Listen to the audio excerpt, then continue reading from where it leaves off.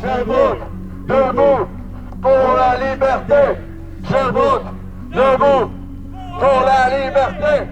Sherbrooke, debout pour la liberté.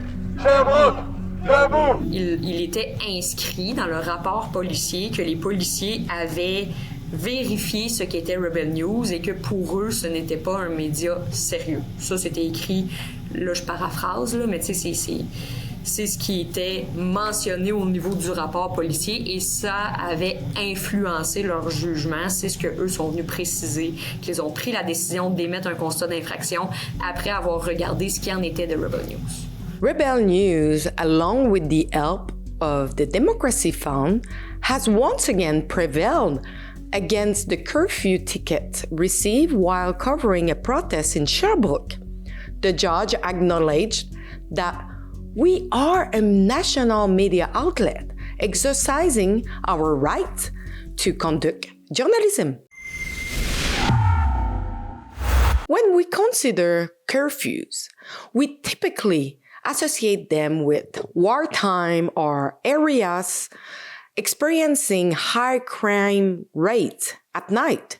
It is unexpected for the government to implement them as a health measure, especially without scientific evidence of their effectiveness.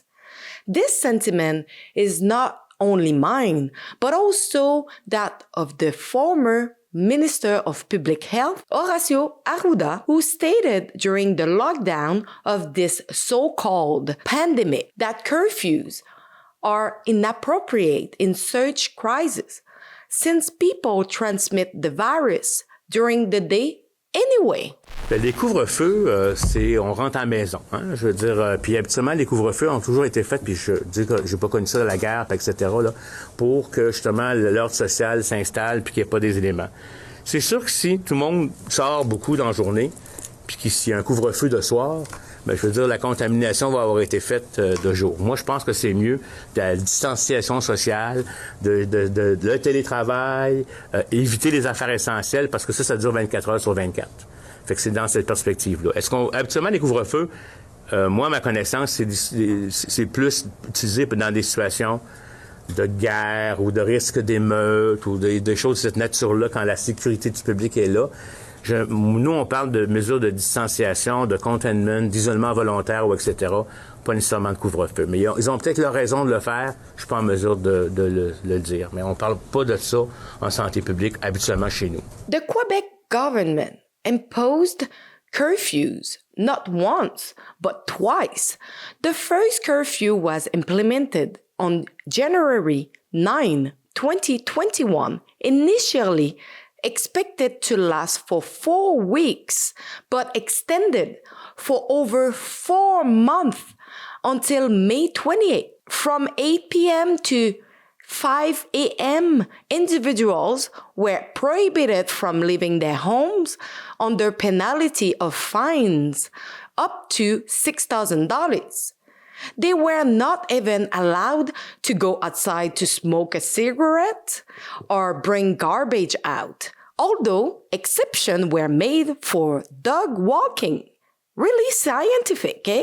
A second curfew was imposed from 10 p.m. to 5 a.m. on December 31st, 2021 until January 17. This was a significant blow to Quebecers, with television screens displaying a warning about the restrictive measures. This is an alert in force in Quebec issued by Quebec Alert Ready.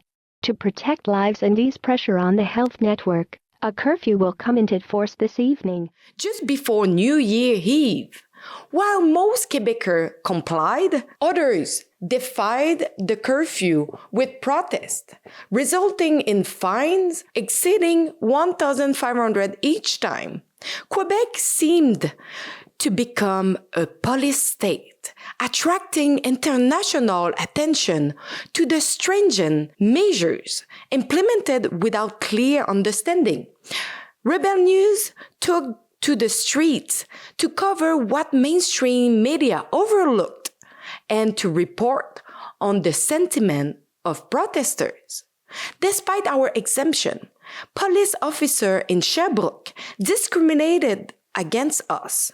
On January 13, 2022, we traveled 2.5 hours to cover a protest where protesters planned to break the curfew at 10 p.m.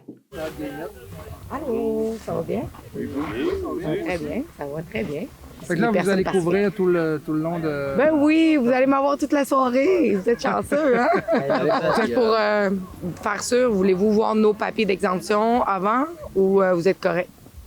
Moi, je pense qu'il te croit sur parole. Il se fie à ma bonne foi. We introduced ourselves to the police as media and showed them our exemption. They initially accepted it, but nearly a year later, we received fines of over 1,500 each. In their police report, they discredited our documents, claiming they were made with Microsoft Word. But how do you produce letter document other than Word? They also labeled Rebel News as an extreme right-wing and unserious web media, primarily focused on news against health measures. This personal opinion and discrimination show a lack of impartiality, undermining press freedom, a cornerstone of democracy in Canada. Literally, our case showed how police officers in Quebec are politicized, biased, and overuse their power to infringe upon the rights of independent media. During the court hearing, the police officers conveniently forgot I had my microphone and my press identification on me, despite them being clearly visible. We enlisted the help of our lawyer mandated by the Democracy Fund, Sarah Brouillette, to seek justice in this case. Les problématiques qu'on avait eues dans ce dossier-là, c'est que la plupart des corps policiers ne reconnaissaient pas Rebel News comme un média, et là, je vais dire officiel, entre guillemets, là. Et c'est la raison pour laquelle les dossiers sont allés à procès, alors que normalement, en fournissant certains documents et en disant tout simplement à la poursuite, là, qui dans ce dossier-là était le directeur des poursuites criminelles et pénales, voici, mes clients travaillaient pour un média, ils étaient journalistes et caméramans. Normalement, on aurait dû, tout simplement, pouvoir avoir, par exemple, un retrait des accusations vu les explications fournies. Il était inscrit dans le rapport policier que les policiers avaient vérifié ce qu'était Rebel News et que pour eux, ce n'était pas un média sérieux. Ça, c'était écrit, là, je paraphrase, là, mais tu sais, c'est ce qui était mentionné au niveau du rapport policier et ça avait influencé leur jugement. C'est ce qu'eux sont venus préciser, qu'ils ont pris la décision d'émettre un constat d'infraction après avoir regardé ce qui en était de Rebel News. Ils ont mentionné dans le cadre du procès que Mme Lavoie et M. Roy étaient mêlés aux manifestants et que pour eux, c'était des manifestants comme les autres. Ils ont mentionné également qu'ils n'avaient pas vu d'éléments distinctifs, là, mis à part le fait qu'eux-mêmes, donc Mme Lavoie et M. Roy, ont dit qu'ils étaient journalistes, qu'eux n'avaient pas remarqué quoi que ce soit de distinct.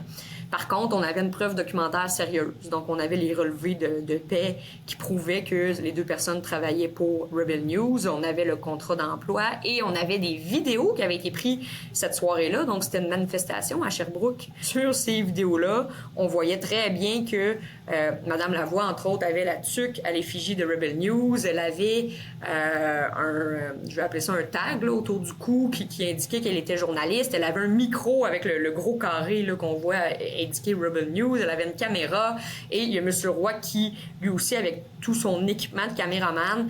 Donc, c'est certain que ça a été retenu que, bon, écoutez, finalement, c'était évident que ces personnes-là étaient identifiées là, comme journalistes cette soirée-là.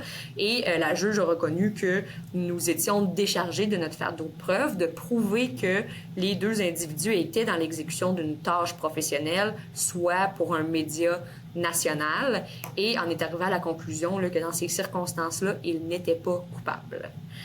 Donc, je crois que la preuve a été quand même très convaincante au niveau de la preuve autant documentaire que de la preuve vidéo, parce que lors des plaidoiries, comme on avait nous présenté une preuve là, et testimoniale et documentaire en défense, on commençait à plaider et suivant la plaidoirie en défense, le directeur des poursuites criminelles et pénales, là, représenté par une avocate, a mentionné tout simplement, écoutez, nous, on vous a fait la preuve qu'ils étaient à l'extérieur pendant le couvre-feu, et là, on s'entend, je paraphrase, et le reste, je le laisse à votre discrétion, ce qui, pour nous, au niveau du déroulement d'un dossier, veut un peu dire qu'elle avait conscience que nous nous étions déchargés de notre fardeau de preuve, et donc elle n'a pas insisté sur la question, elle n'a pas perdu du temps là, à tenter de plaider le contraire. Donc, fort probablement qu'au cours du procès, là, elle également, là, d'une certaine manière, a été convaincue de la preuve documentaire, testimoniale et vidéo qui avait été déposée. Donc, faut jamais dire qu'on a gagné d'avance, là, mais c'est certain que nous, on est sortis cette journée-là en attente d'un jugement qu'on présumait allait être favorable. Puis, effectivement, là, ce jugement-là a été favorable. Don't forget that it's still the time if you want to contribute to fight the unjust ticket that a lot of Canadians and us received during the so-called pandemic lockdown where coercive measure was in place. You can do so and donate still at fightthefine.com.